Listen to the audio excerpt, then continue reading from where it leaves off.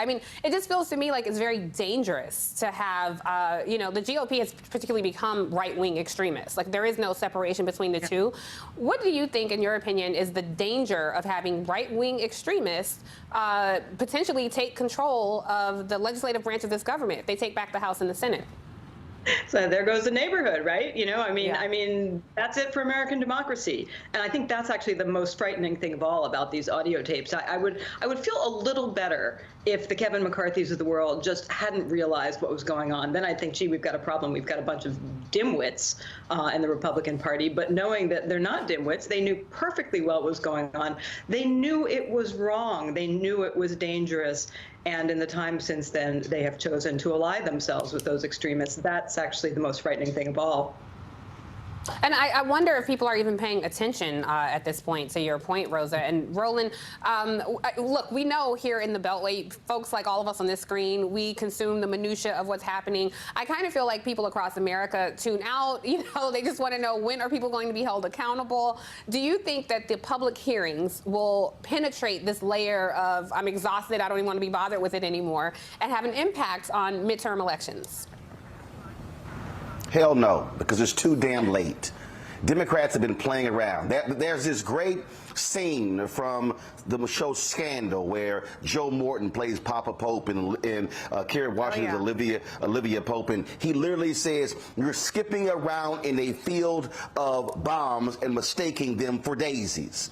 That's Democrats. They have been playing this game and dragging this thing along, doing it quietly. And you know what people are talking about? They're talking about inflation. They're talking about food prices. And so what they have not done is properly connect these people with power. This is about power. This is about control. And so you have to say, if these people were willing to do that for power, what do you think they're going to do when they take control? And so their messaging sucks, okay? They have not pushed it properly. It has not been top of mind. You have to connect the dots. They have been horrible at doing that. So fine, you're going to have hearings, but then how are you going to say, if you allow these people to get back in power, they're going to pass laws that will be a detriment to you? They have to be able to make that argument. It is not a question of just how you do it in a hearing. It's how do you do it every single day in every congressional district. And so I don't have hope that Democrats, frankly, know how to message, because they simply have not proven they can. Roland, you have got to learn how to form an opinion. I think we're all very clear on how you feel. And I echo those concerns. But even, Roland, if they don't pay attention, even if Democrats' messaging is, not the best, as you say, there's still a responsibility on citizens, right? And so I want to play this clip of Rand Paul literally sounding like Vladimir Putin. Take a listen. You could also argue the countries they've attacked were part of Russia.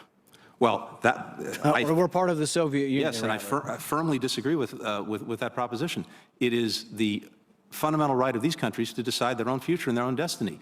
And I'm not saying it's not, but I'm saying that the countries that have been attacked, Georgia and Ukraine, were part of the Soviet Union. And that does not give they were Russia part the of right the to attack Soviet them. Union since the 1920s. But that does not give Russia the right to attack them. Rosa, he was literally sounding like Vladimir Putin on that stand. So we've already talked about the danger of domestic politics should the GOP take back the House. But I'm curious your thoughts on the global stage, what message this will send to other world leaders that you have Republicans sounding like a dictator. Yeah, well, we've had Republicans sounding like dictators for a while now, of course, but if we have, I think that's been just more and more normalized in the last few years. I mean, when Trump sounded like Putin, at least for a little while, everybody said, "Oh my God, that's strange, that's disturbing."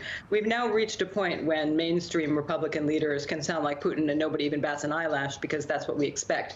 I think that if the House was controlled by Republicans, the Senate was controlled by Republicans both, at this moment, it's not clear to me that the U.S. would would be sending assistance to Ukraine in the way it is. It's not clear to me. I think that the resurgence of the populist far right that we have seen in Europe, that was just barely batted down, for instance, in the French election a couple weeks ago when Macron won, I think that would be very different. I think we'd be looking at a much more severe threat from the far right.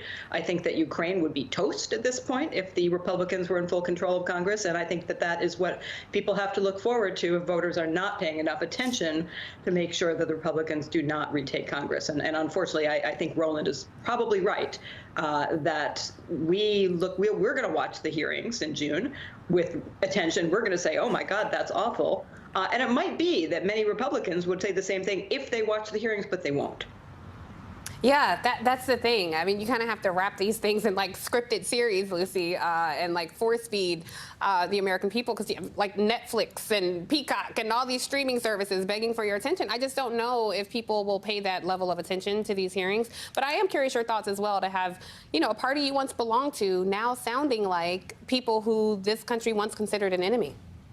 Well, the road to hell is paved in wishy-washy meh intentions, right? And so I think that we can look back, and you've made this point to me before, we can look back and see, well, they were always kind of sounding a little bit like that. But I think that the lesson for Democrats is keep your eyes on the prize. I mean, we look at some of the news coverage this week of people like Madison Cawthorn or Marjorie Taylor Greene.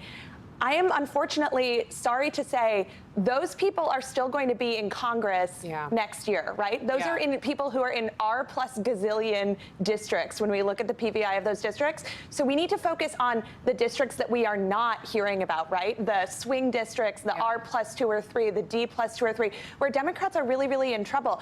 And we need to think about those districts, because the big problem that Democrats have now is that the American people do not buy into most of Democrats' messaging that every Republican in their life is a villain, right? They don't feel like their local city councilman or their local, Republican county chair is a villain. And so Democrats have really failed to connect those villains, right? The Marjorie Taylor Greenes of the world, the Madison Cawthorns of the world, the Sedition Caucus folks, with the folks that they're sending to Congress, the 435 members of Congress. So that is going to be really key. And that's the opportunity of these hearings. It's for Democrats to make the case that what is being described about what happened on January 6th, that the buck stops with your member of Congress, with your Secretary of State, with your governor. Or your local and state representative, because that's where a lot of this crappy policy is coming from. Yes. State legislatures. Roland, I want to get you in here before. Go ahead, Roland.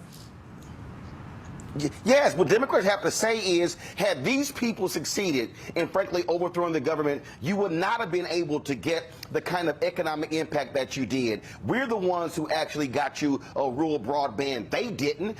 You even have Republican Tom Tillis in North Carolina blasting Cawthorn saying, don't be taking credit for something that I voted for, and you didn't. That's how you actually do it. They have not done that. You've got to have President Joe Biden stop being scared of Senator Joe Manchin and go make the argument in West Virginia and go to the red parts of Mississippi and Alabama and say, this is what we have done, and these folks voted against it, and this is how we have delivered. They've got to be willing to engage in war. You cannot play fair with people who don't play fair. There are no rules. The other side has shown that they will do whatever is necessary in order to win. So you've got to say, America, when they didn't care about you, we did. We passed these bills. We made your lives better. Unemployment is at a number lower than they were there. But how are you doing all these things and you don't know how to take credit? At least do what Donald Trump did, take credit for crap he never even pulled, he never even passed.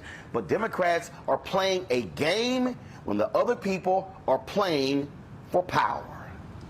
That's a really good point, Roland. Roland, I want you to stick around because we have Jamie Harrison, as you know, who's chair of the DNC. He'll be on the show a little later, and I'm curious your thoughts on his words on messaging, so don't go anywhere. Thank you, Rosa Brooks and Lucy Caldwell, for this very important discussion and providing some context here.